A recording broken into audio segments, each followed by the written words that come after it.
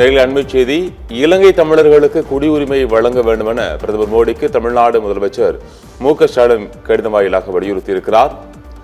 நீண்ட கால விசா வழங்குதல் உள்ளிட்ட நிலையான மனிதாபிமான அடிப்படைகள் நிரந்தர தீர்வு காண வேண்டும் என்றும் அவர் அந்த கடிதத்தில் குறிப்பிட்டிருக்கிறார். தமிழ்நாட்டில் சுமார் 89,000 இலங்கை தமிழர்கள் வசித்து வரக்கூடிய நிலையில் பிரதமர் மோடிக்கு தமிழக முதலமைச்சர் மு.க.ஸ்டாலின் கடிதம் வாயிலாக வலியுறுத்தியிருக்கிறார். 40 ஆண்டுகளுக்கு மேலாக தமிழ்நாட்டில் வசிக்கும் இலங்கை தமிழர்களுக்கு குடியுரிமை வழங்க வேண்டும் என முதலமைச்சர் மு.க.ஸ்டாலின் பிரதமர் மோடிக்கு எழுதியிருக்கக்கூடிய கடிதத்தில் வலியுறுத்தியிருக்கிறார்.